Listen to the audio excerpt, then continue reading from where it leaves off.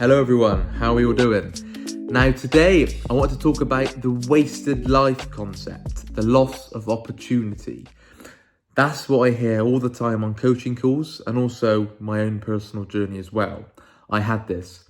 So I remember when I was getting better and staying better, when I started to recover from OCD, I used to look back and think, oh my gosh, how many years have I wasted? Something that we call the lost years, okay?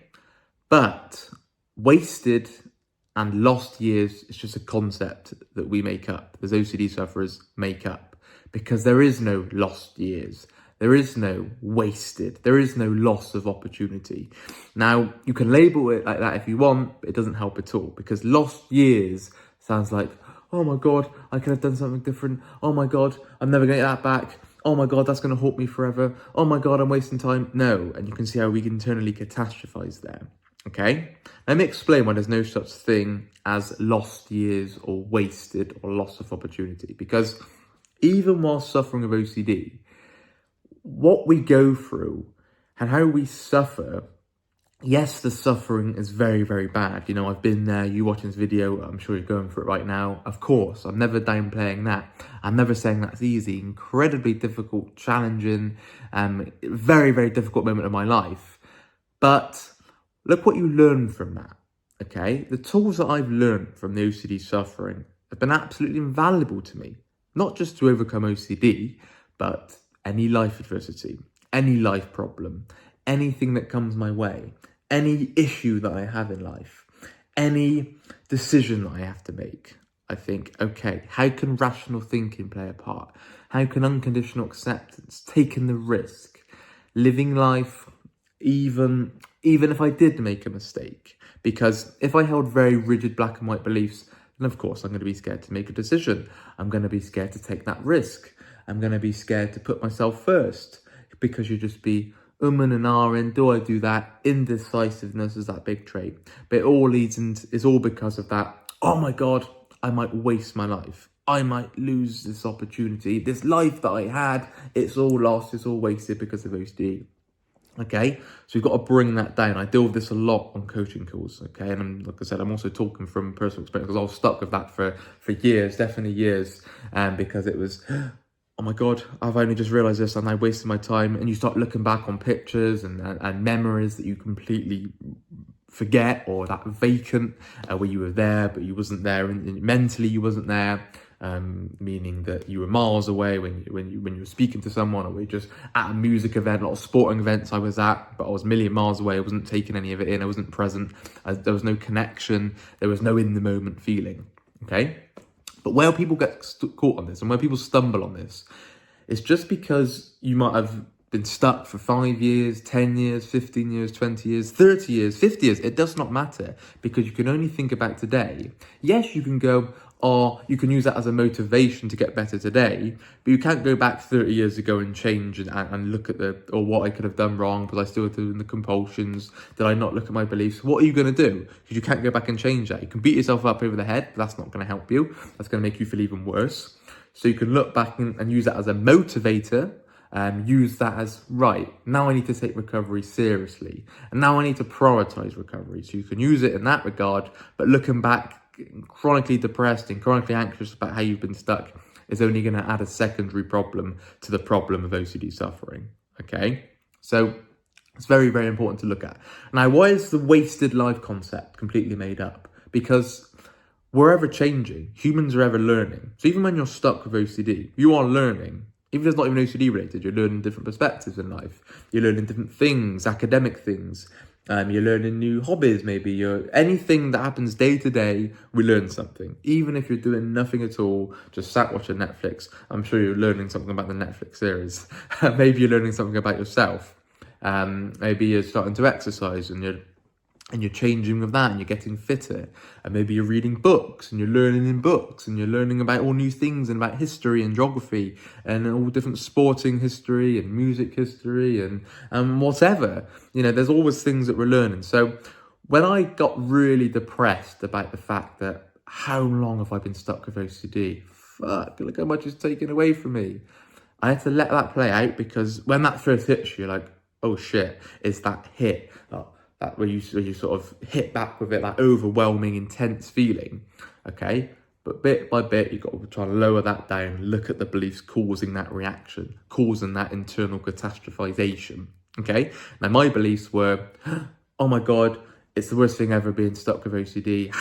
I should have known better. I should have done something about it. Why did I have to be stuck with OCD? And you then start comparing, oh, look, they haven't got OCD. They've lived their life.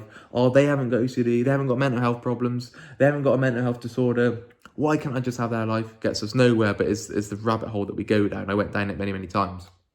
Okay? So I had to start viewing it as, well, what can I learn from this? What can I be grateful still? Okay, a child that's died at 2 years old of cancer would do anything to have my life, even with suffering with OCD, chronic OCD suffering. Someone who lives in poverty or starvation, I'm sure, or lives in a war zone, I'm sure they would do anything to have mine or your life watching this video, even with chronic severe OCD. Okay, so gratefulness, gratitude, being grateful, okay, very important part in overcoming this, okay, because even while suffering, there are many, many things to be grateful for. To have a roof over your head, to have food on the table, to still be able to read and listen to music, to still be able to socialise and do things and do pretty much all the hobbies that you want, all the interests that you want, and to still be able to work and speak to people and have a phone and watch films and watch sport, listen to music. Yes, the suffering is still there, but to still be able to do all that, it's very important to have that gratitude and realise how lucky we actually are, even with the chronic OCD suffering, okay? But the big part is this. You have to view this journey. You have to view OCD suffering as a teacher, as a lesson in life, okay? Now, it's a very strict teacher. It's probably the strictest teacher that I've ever met in my life.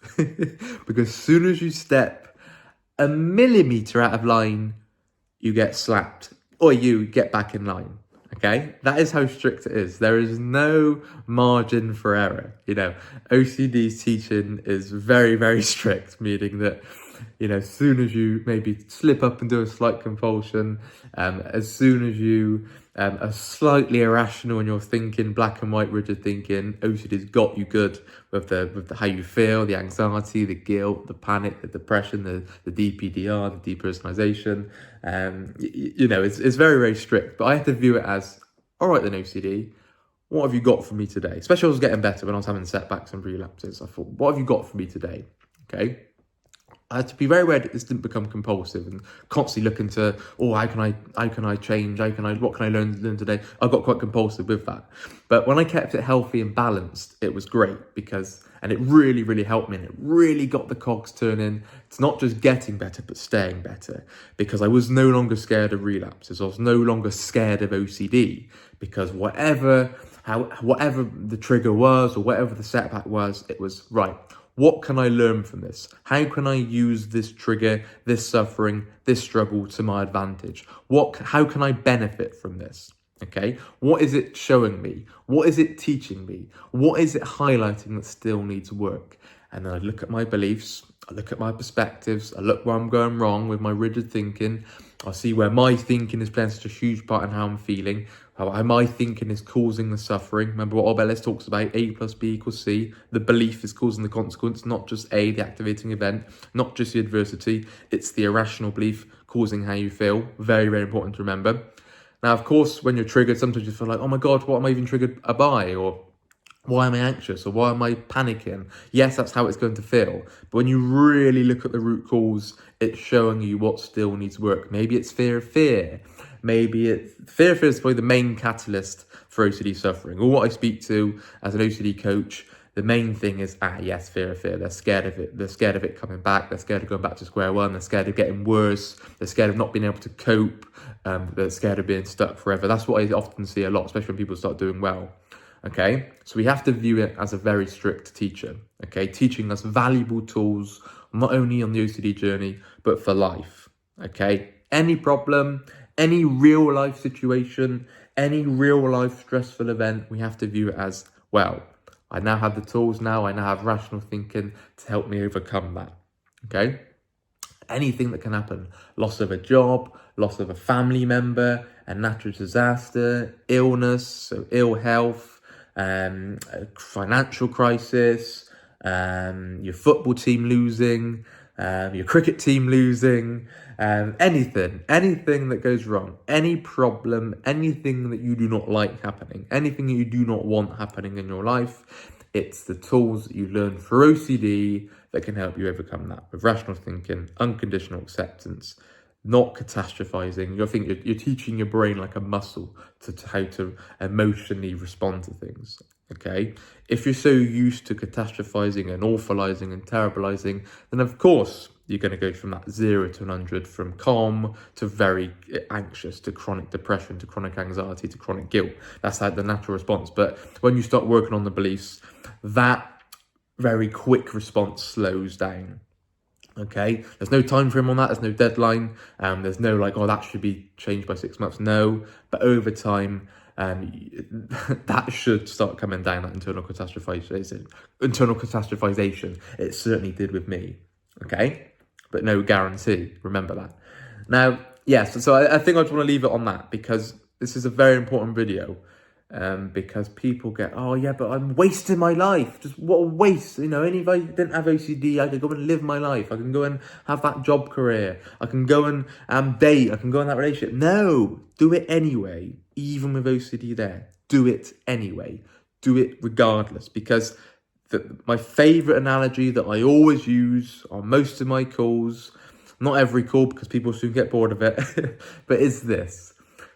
If you're on your deathbed right now and you look back at your life, you got to think, what would you be regretting or disappointed of that you didn't just go for it, that you didn't just grasp it, that you didn't just take the risk, okay? You're not going to be saying to yourself, ooh, I'm so glad I still tried to work it out. I'm still trying to figure it out. I'm so glad I spent 30 years of my life trying to get an answer, trying to get certainty.